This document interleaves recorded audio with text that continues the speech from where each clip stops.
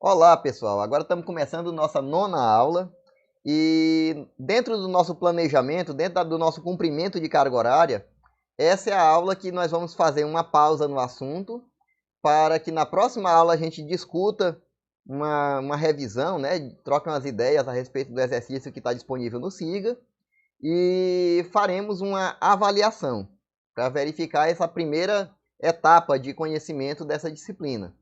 Então, vamos ao assunto da aula de hoje e na reunião tiraremos as devidas dúvidas, né? Se for possível tirar as dúvidas de vocês na nossa reunião. E também a gente se compromete de fazer uma aula, uma conversa de revisão com vocês do geral e marcar uma avaliação que não vai ser nada do outro mundo. Não se preocupe que a avaliação do professor aqui é na tranquilidade. Então, bora lá. Continuando a falar de algoritmo, hoje nós falaremos do comando de decisão, o comando SI. Já apresentamos a vocês o comando da saída, escrevendo frases e variáveis na tela, printf, na linguagem C. Escreva no algoritmo Portugal, né, o mesmo comando. O comando de entrada, para preenchimento de variáveis, né, o comando scanf, para valores numéricos. E o comando gets para strings, na linguagem C, né? E agora apresentaremos o comando de decisão, que uma vez que você fez a entrada, a gente diz assim, o computador ele armazena entradas e às vezes processa essas entradas para poder prestar informações para o usuário.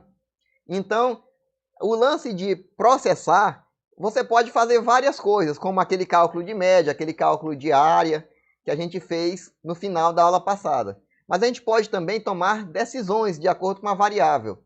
Então, o usuário chega e digita um determinado valor para a variável. Aí você pode dizer, rapaz, programa, se essa variável que o cara digitou foi -2, faça tal coisa. Ah, não, se ela foi 0, faça outra coisa. Ou então, se esse valor foi positivo, faça uma coisa diferente, né? Então, você pode calcular determinado valor aplicando determinada fórmula se a entrada foi negativa.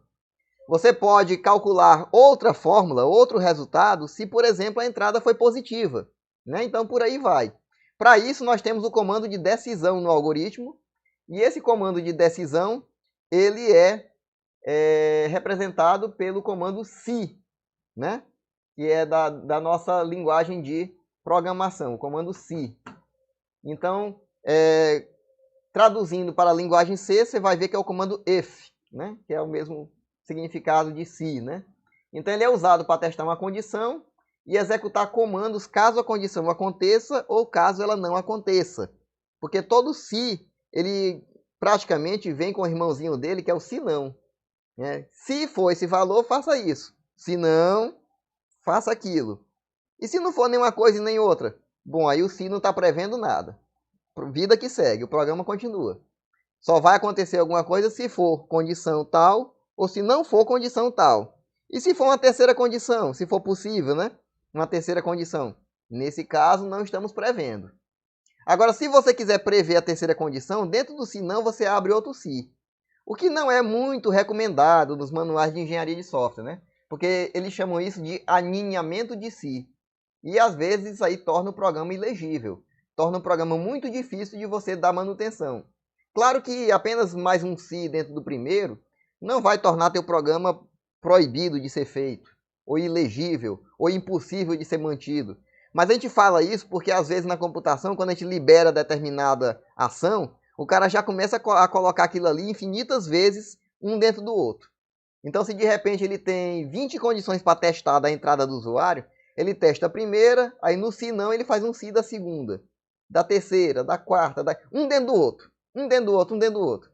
É o que a gente chama de aninhamento. Isso aí torna o teu programa uma coisa, digamos assim, infernal para você tentar manter, tá certo? Existe uma outra condição que a gente vai, um outro teste de condição de decisão que a gente vai estudar mais tarde, rapidamente nessa disciplina, né? E mais aprofundadamente, quem for se aprofundar em programação, chamado de caso. Aí o caso é outro caso, literalmente, né? Com o perdão do trocadilho. O caso, você chega e diz assim, caso para essa variável. Aí você lista todos os casos que você quer listar. Se for 5, você lista os 5. Se você for tratar de 10 casos, você lista 10 casos, se for 20 casos e por aí vai. É muito mais organizado e muito mais decente você, como programador profissional, mais tarde, aprender a trabalhar com o caso do que trabalhar, por exemplo, com 3 se um dentro do outro, ou mais, né? Mas 2 se ainda é aceitável, né? Você está escrevendo aqui um se, não foi essa condição. Ah, mas no se não, eu queria testar uma terceira.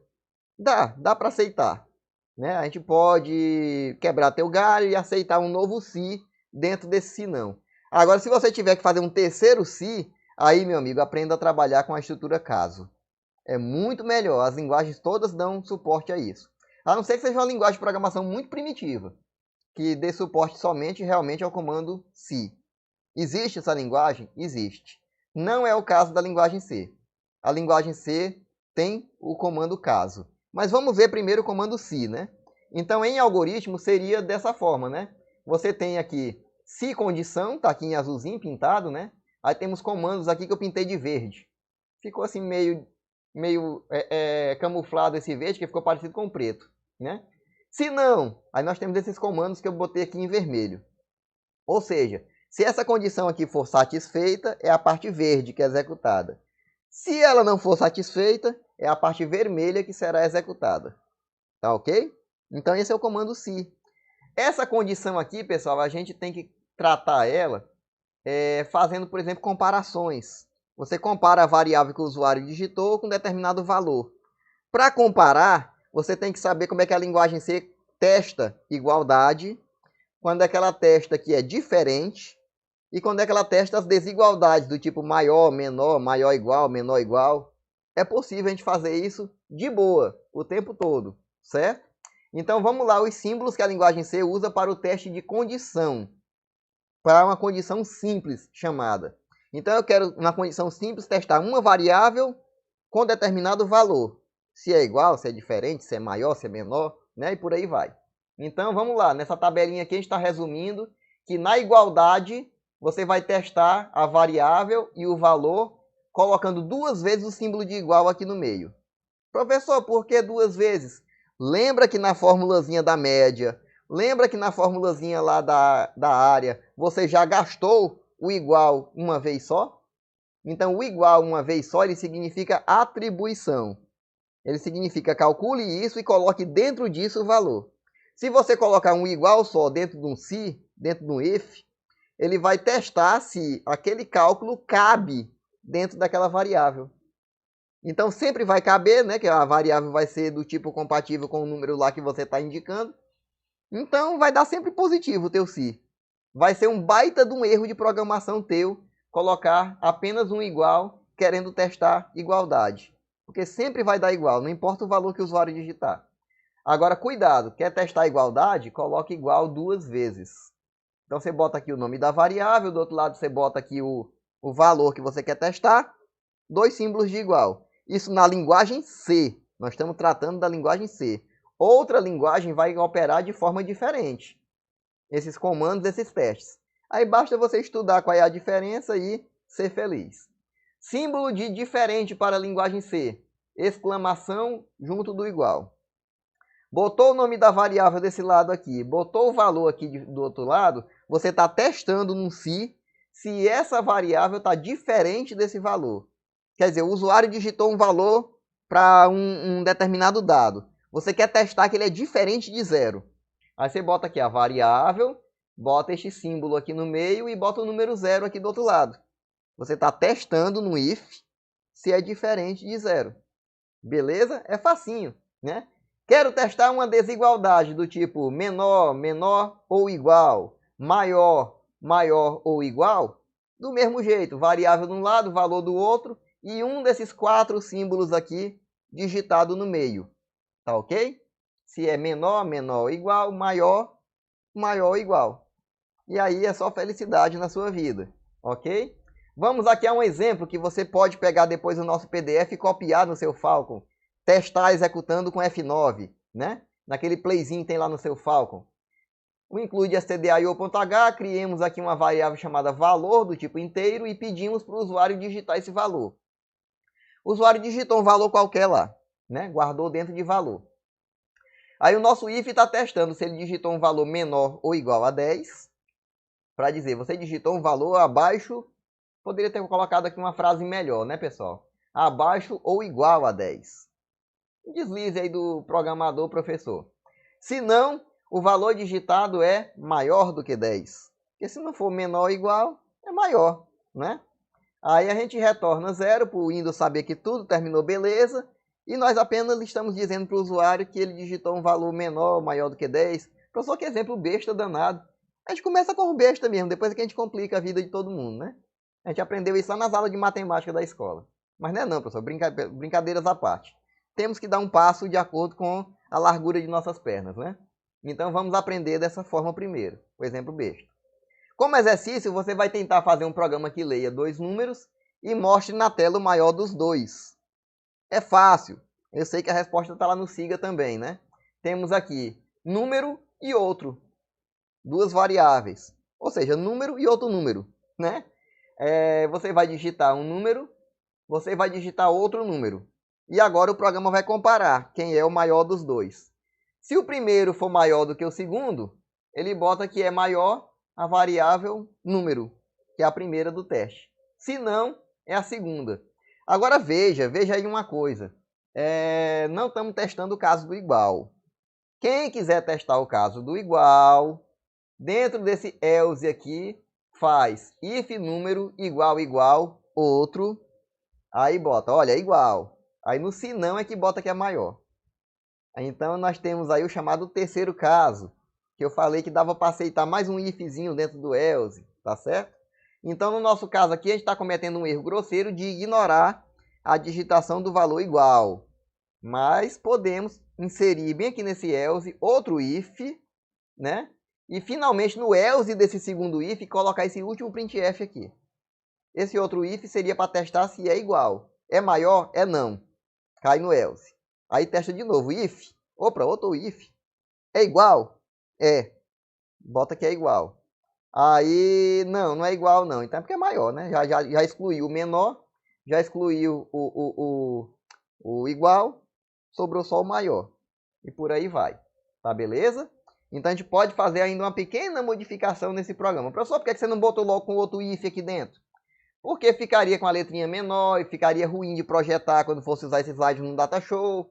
E não teria a oportunidade de deixar um exercício a mais para vocês. Tá certo? Adapte aí para ver se dá certo o negócio do caso igual. Vamos testar, né? Como outro exercício, a gente vai testar agora o símbolo de atribuição. A gente viu lá no cálculo de área, no cálculo de média, que usar igual apenas uma vez é atribuir. Ou seja, é fazer essa fórmula aqui ser executada, ou outra fórmula qualquer, o resultado dela a gente atribui, a gente guarda dentro da variável, que está do lado esquerdo. Parecido com a matemática, né? A fórmula matemática é desse jeito também. Então, fazer um programa que informe a idade da pessoa, sabendo apenas o ano de nascimento dessa pessoa. Professor, outro exemplo besta. É só pegar 2020, agora que é o nosso ano atual, e tirar o ano que o cara nasceu. Sobra a idade dele depois do aniversário que ele vai fazer esse ano. Certo, concordo. É esse o significado desta formulazinha aqui. A idade que a pessoa completará esse ano. Ou já completou, né? Dependendo se já passou. Porque estamos interessados apenas no ano de nascimento da pessoa, para poder simplificar. Porque se a gente fosse atrás de mês, dia, tinha que fazer um if, tinha que saber a data de hoje. É uma complicaçãozinha a mais, tá certo? Mas, a grosso modo, pessoal, essa besteira aqui tem utilidade na prática muito mais do que vocês imaginam, pessoal. Por exemplo, se você for fazer uma consulta médica, é muito comum na área de medicina, na área da saúde de uma forma geral, ter dosagem de remédio, exames específicos e até mesmo algumas medicações que são ligadas à idade da pessoa. Porém, quando a pessoa chega num consultório e vai fazer a ficha para o médico poder atender lá dentro, que tem aquele atendente lá no sistema, digitando lá seus dados, fulano de tal, não sei de que, endereço tal, telefone tal, idade. A pessoa, 30 anos. Data de nascimento, 1970. Não dá 30 nem a pau, a gente sabe disso, né? Mas ela informou que é 30. Para evitar esse tipo de problema, e de repente o médico solicitar um exame, ou deixar de solicitar o exame que vai detectar o problema de saúde que aquela pessoa realmente tem, as clínicas em geral têm adotado ultimamente o seguinte: por favor, me apresente um documento de identificação para eu poder fazer seu cadastro aqui no sistema. Aí naquele documento você extrai tudo que é necessário, né? Nome completo, o próprio número do documento para poder identificar de maneira única aquela pessoa, né? Se tiver algum homônimo no sistema, evita esse problema. Data de nascimento, digita lá no sistema e o próprio sistema, puf, já diz logo lá tantos anos, tantos meses, tantos dias. A maioria dos sistemas de clínica anota isso, né? Quem fez um exame recentemente, um hemograma qualquer no sangue, né?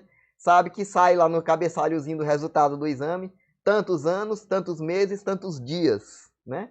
Embora não precise de tanta precisão numa prescrição médica, né? Ele vai olhar só para os anos que você tem, para saber se aqueles dados que tem ali estão de acordo ou não estão de acordo com a sua idade real, tá certo? Então não precisa que você minta a idade, por mais que você queira mentir a idade, o seu documento tem o seu registro, né? E o seu exame será solicitado, a sua medicação será calculada de acordo com a sua idade, tá certo? Essa questão dos meses e dias, às vezes, é relevante quando é em consultório de pediatria, né? Que a criança tem, às vezes, alguma coisa a ver com meses. Mas depois de adulto, só os anos mesmo, né? Sem mentir a idade. Então, a maneira que tem atualmente o pessoal da computação de trabalhar com uma programação que evite que aquela pessoa que gosta de mentir a idade seja mal medicada ou seja mal avaliada em uma consulta, é pedir um documento. Então, a pessoa já é treinada para pedir um documento seu, para copiar sua data de nascimento, que é o principal do documento lá, né? E identificar você no sistema com data de nascimento e tal. Tanto é que tem consultório que da segunda consulta em diante, você liga, eu quero marcar um retorno com o médico fulano de tal. Informe, por favor, sua data de nascimento. Aí bota a data de nascimento, aí o sistema lista todos os pacientes daquele médico que nasceram naquele dia, mês e ano, né? Pode ser que alguém tenha a sua mesma idade? Pode. Então, geralmente, eles dizem assim, vem cá, é fulano de tal ou é Beltrano o paciente? Aí você diz, é Beltrano. Ah, pô, então tá ok, tá marcada a consulta. Não precisa você dizer mais do que isso. Por quê? Porque um dado que é muito relevante hoje nos sistemas, graças a esse algoritmozinho nosso bem aqui, é a data de nascimento. Porque se chega na sua idade precisa. E o médico pode fazer uma avaliação mais precisa do seu exame e da sua saúde, né? Prescrever o remédio correto e por aí vai. Como é que a gente faz um algoritmo desse para testar a idade do cara? Olha como é beleza aqui. Temos aqui, tá lá no Siga, você vai pegar depois, copiar no seu Falcon e testar. Aqui no caso a gente está só testando para dizer para o cara se ele é maior de 21 ou não. Ou seja, tecnicamente se ele pode ser preso ou não, né? Porque tem certos crimes que só pode prender depois dos 21, tem outros que é depois dos 18. Tem um lereado aí na lei que eu não entendo muito bem, né? Nesse exemplo aqui, a gente está ainda preso no ano 2019. Eu esqueci de alterar aqui para 2020. Sem problema, né? A gente sabe que está no ano 2020, você vai alterar aqui para 2020, quando for copiar, lá no seu Falcon, beleza? E vai calcular a idade correta da pessoa neste ano, tá? Dando sequência ao nosso assunto, a gente vai falar do si aninhado. É aquele caso do número maior do que o outro, igual ao outro, né? Então vamos lá, pessoal. Finalmente, a modificação que eu pedi que você fizesse, o professor mesmo fez agora, né? Então o cara vai informar um valor inteiro, né? E agora a gente vai testar se ele é um valor superior a 10, se ele é um valor igual a 10, que é no caso dentro do se não do primeiro si, e o se não que sobrou foi o valor menor, obviamente. Ele não é maior, ele não é igual, sobrou o menor. Então temos aqui o caso que a gente testa, o outro caso que a gente testa, e finalmente, dentro desse else aqui, que ele já pertence a esse segundo if, é o caso que sobra. Então, o que sobrou, isso aí é a sobra. Beleza? Então, nós estamos testando agora uma condição, outra condição, uma terceira condição como sendo a sobra. Então, isso aí é um si aninhado. Não recomendo que você aninhe mais do que 2 sis. Vai ficar difícil de ler o seu programa. Espere para depois da prova, quando a gente tratar do comando caso, que aí você vai aprender a trabalhar com vários casos. Então aqui na linguagem C nós estamos tratando dois si aninhados, tá certo? Essa condição aqui do valor, que a gente vem testando, da idade, etc e tal, ela pode ser composta. Eu posso testar duas variáveis ao mesmo tempo. Para isso, nós precisamos conhecer os conectivos lógicos. Claro que tem algum punhado de conectivos lógicos na lógica matemática, na lógica de programação, na computação, certo? Trabalharemos aqui, basicamente, os dois conectivos mais populares, que também você pode até aproveitar numa busca sua no Google ou em qualquer outra ferramenta da internet que envolva o campo de busca. Porque qualquer coisa que envolva programação, lógica de programação, entende de condição composta. Então você pode botar, eu quero buscar no Google coisa tal e coisa tal. Aí você vai estar amarrando as duas coisas. Professor, como é que eu escrevo um algoritmozinho com i na busca do Google? Procura lá na ajuda do Google que ele diz como é que é exatamente lá que ele aceita o i, né? Como é que ele aceita o ou, tá certo? E como é que ele aceita outras condições lógicas também. No Google tem como fazer, no Yahoo tem como fazer, na plataforma não sei de que da pesquisa não sei da onde tem como fazer. Não interessa. Qualquer um lá tem o i, tem o ou. Mas muito cuidado se você for misturar mais do que duas condições. Você pode chegar num resultado inesperado. Aí, caso você precise algum dia mexer com 3, 4, 5, 6 variáveis, recomendo que você faça primeiro um estudo de lógica matemática, ou lógica booleana, tá? B-O-O-L-E, né? George Boole, o nome do cara. Não tem nada a ver com aquele negócio que a gente bota café dentro, não. É o nome do cara mesmo. Então, o cara que inventou essa lógica foi George Boole, um matemático aí, não sei de que século, não sei de que ano aí, de muito tempo atrás. E baseado na lógica de Boole, a gente programa computadores. Como você usa computadores para tudo hoje, é bom dar uma conhecidinha nessa lógica de Boole. O pessoal da computação, por exemplo, quando paga essa disciplina, está em paralelo pagando uma só de lógica de Boole. Pra você ter uma ideia do tanto que pode ser complexo isso. A galera da computação paga 60 horas disso e ainda não dá tempo ver tudo, né? Eles vão ver lá o básico para poder seguir a vida como profissional de informática, certo? Então, a gente pode aqui resumir para você o caso de duas condições. Além de duas, depende. Depende dos teoremas e dos axiomas de George Boole. Tá certo? Requer um estudo mais aprofundado. Não é bem assim, né? Então, vamos lá. Resumir em uma tabela. Aqui o uso do conectivo i e o uso do conectivo ou na sua programação. Ou seja, quando você quer que as duas coisas sejam observadas, uma condição e a outra, você usa o conectivo i. Porque aí só vai dar verdadeiro quando a condição A for verdade e a condição B for verdade. O resultado será verdade, está aqui destacado de vermelho. Qualquer outra combinação de verdadeiro e falso vai dar falso. Ou seja, quer amarrar as duas coisas? Usa i.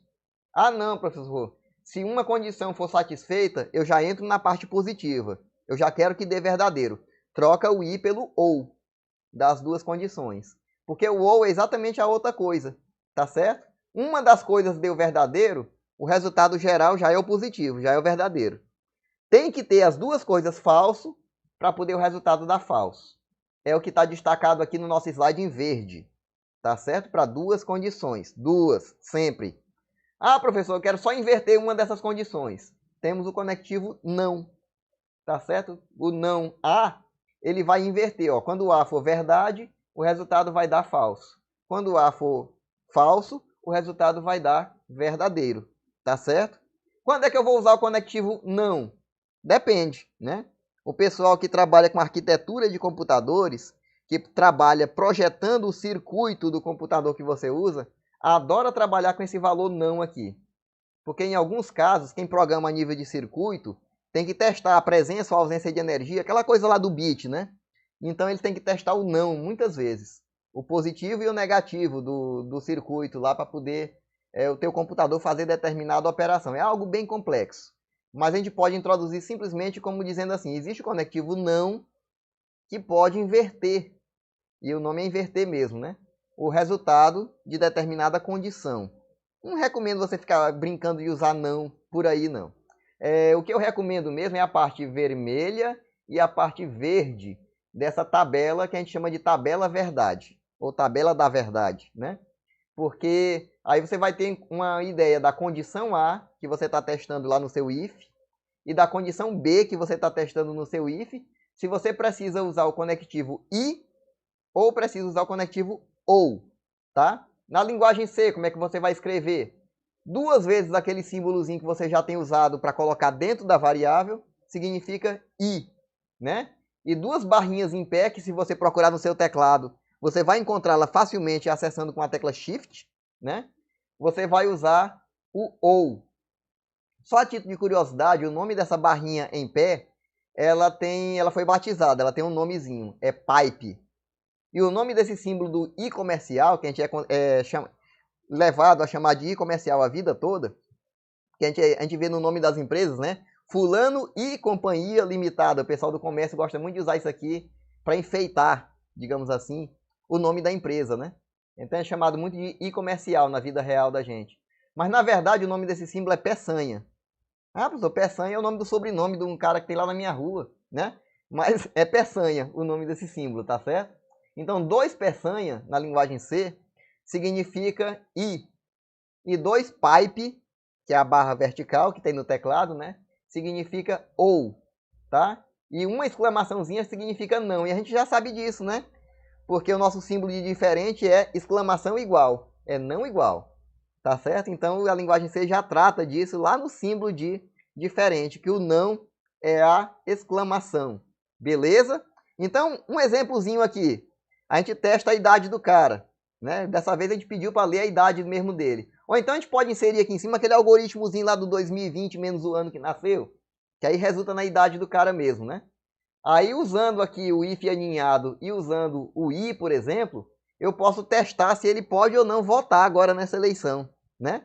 Se a idade do cara tiver maior ou igual a 18 e menor do que 70, você deve votar, porque senão você não recebe salário. É a lei do Brasil, né? Se a idade for menor ou igual a 15, você não pode votar. É menino demais, é novo demais, não é criança, né? E se não for nem o caso do 1870 e nem o caso abaixo de 15, a gente pode dizer assim, olha, teu voto é facultativo, tu vai votar se quiser. Ou seja, entre 16 e 18 ou acima de 70 anos. Pelo menos foi até onde eu pesquisei, acima de 70, se não me engano. Na lei brasileira, você tem voto facultativo nessa faixa de idade. Ou seja, se você ainda trabalhar, ou se você já trabalhar nessas idades, você continua recebendo salário caso não tenha votado. Tá certo? Que a punição que nós temos é essa. Até procurar a justiça eleitoral e até prestar conta lá, pagar a multa lá, que o pessoal fica comentando, é uma multa de R$2, de R$1,50, 3, sei lá. É uma multa bem irrisória. Mas a multa maior que eu acho é o seu salário ficar retido, né, sem ser pago, até você procurar a justiça eleitoral e regularizar seu título. Isso é bem chato, né? Você ficar sem salário, trabalhar e ficar sem salário, é uma coisa bem chata. Mas o algoritmo é esse, pessoal, que a lei brasileira manda executar, né? É maior de 18, menor de 70, voto obrigatório. Menor de 15, não pode votar de jeito nenhum.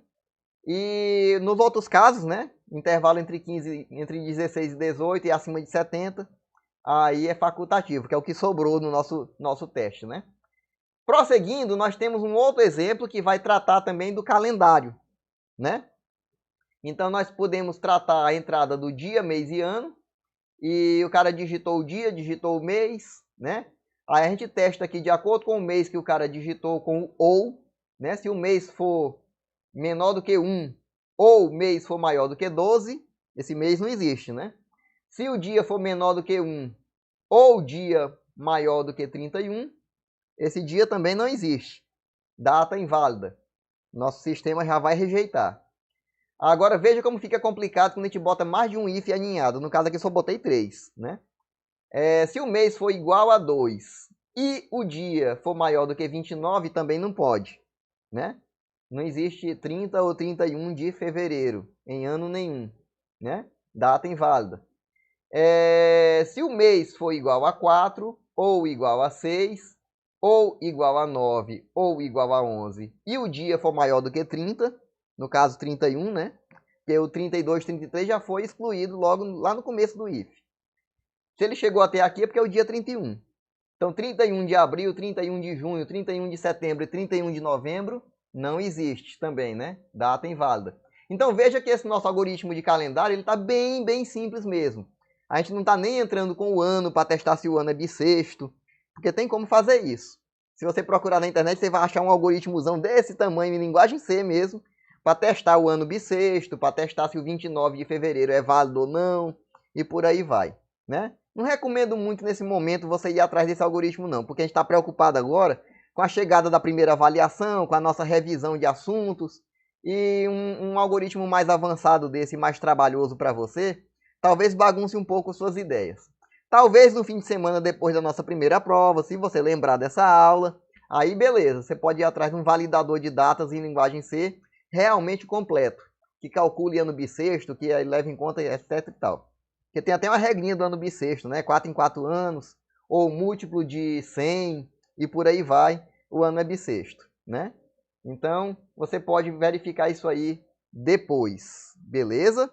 Então, por hoje nós encerramos essa aula. Essa aula fecha o nosso na nossa primeira parte de conteúdo, tá? Vamos conversar melhor nas nossas reuniões, no horário da aula, né? E vamos combinar direitinho data de prova pelo SIGA e como será a prova também. Não se preocupe, não vai ser nada do outro mundo, vai ser algo até bem tranquilo da gente fazer. Muito obrigado por ter assistido.